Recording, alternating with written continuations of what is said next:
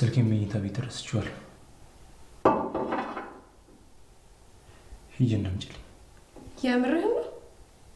እያዘዝኩሽ። ለነገሩ ከአንተ ጋር ከምጨቃጨቅ በሌባ ብትዘረፍ ራሱ ተደራድሬ ባስመልስልህ ይቀለኛል።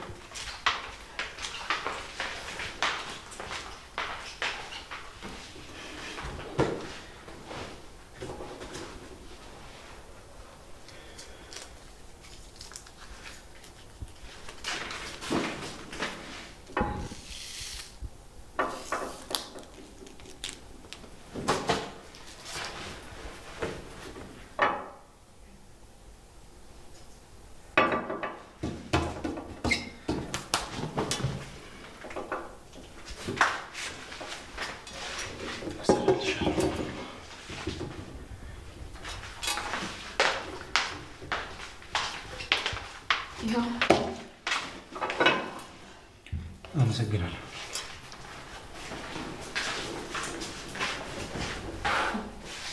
ቆይ ሰው እንዴት አንድ እንኳን የወንድ ባህሪ አይኖረውም? ኧረ በስመ አብ። ስጠራሽ አሰሚም እንዴ? አልሰማሁም ነበር። ምን ፈልገህ ነው? ሳሎን ውሃ እንድታመጭልኝ ስጠራ ጠጋ ቢሆን ተቤት ይሆን አላውቅም። አሰሚም አመጣልሃለሁ። ሂድ በቃ። አሁንማ እዚህ ከመጣሁ ጋር ጠጥቼ እሄዳለሁ። የማን ነው? ለእኔ እንደጠጣው አስቀምጬ ነው እንዴ። እሱንማ እንዳጠጣው። እንደምንም አልጠጣም። የእኔ ጥም ነው። ብጠጣውም አያረካም። የጉል አባባል ነው እባክሽ። እንደዛ አትበል። ሌላ እመጣልሃለሁ፣ እሱን ትጠጣለህ።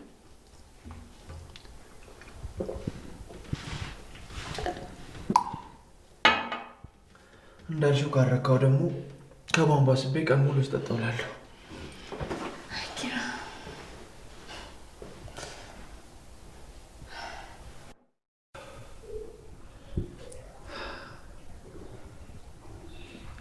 ጽናት ጽናት ጽናት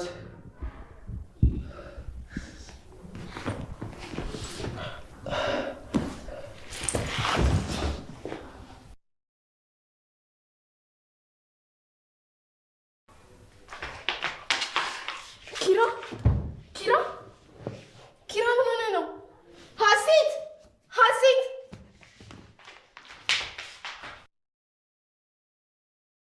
ሰላም ጤና ይስጥልን የቻናላችን ቤተሰቦች እንዲሁም የጽናት ወዳጆች፣ የኪራ፣ የጽናት፣ የናሆም፣ የምሩ አድናቂዎች፣ ተመልካቾች እንዴት ናችሁ? እንኳን ደህና መጣችሁ።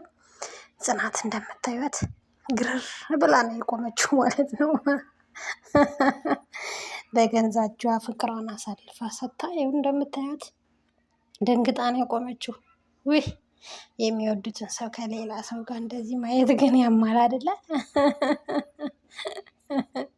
ለዛውም እየተዋደዱ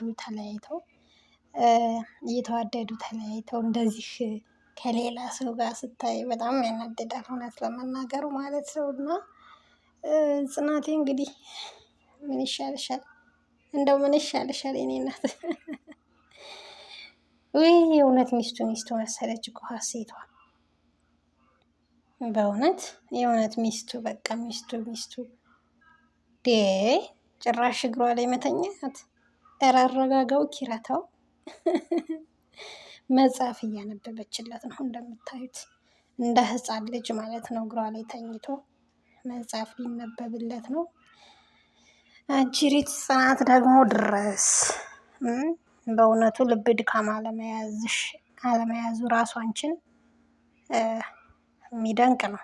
ምክንያቱም የምትወጂውን ሰው ከሌላ ወንድ ጋር ከሌላ ሴት ጋር ማየት ያማል በእውነቱ ማለት ነው። ግን ደግሞ በገዛ እጅሽ ነው ጽናቴ፣ እውነት ለመናገር በገዛ እጅሽ ነው። እንግዲህ ብርታቱን ይስጥሽ። ምን ይባላል? ኦ ማይ ጋድ ከባድ ነው፣ ግን እጅግ በጣም ከባድ ነው። እና ከዚህ ሁሉ እውነትን ብትናገር ኑሮ ይሄ ሁሉ ነገር አይፈጠርም አይመጣም ነበረ ማለት ነው። ስለዚህ ያንቺ ጥፋት ነው፣ በእውነቱ ያንቺ ጥፋት ነው ጽናቴ።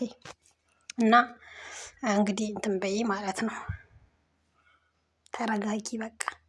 ናሆሜ ደግሞ ከምሩ ጋር ቅልጥ ያለ ዓለም ቅልጥ ያለ ደስተኛ ሆነው እየኖሩ ነው ማለት ነው። እጅግ በጣም ደስ ይላል።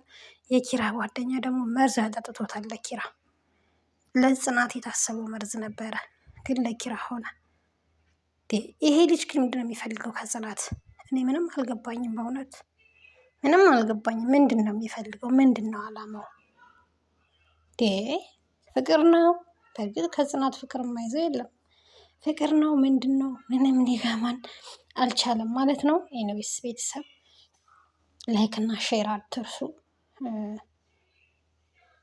ሰብስክራይብ እያደረጋችሁ ቤተሰብ ሆኑ። የጽናት አድናቂዎች እስኪ አስተያየት ስጡ። አስተያየት ሀሳባችሁን ስጡበት ማለት ነው። ስለነበረን ቆይታ እናመሰግናለን። መልካም ጊዜ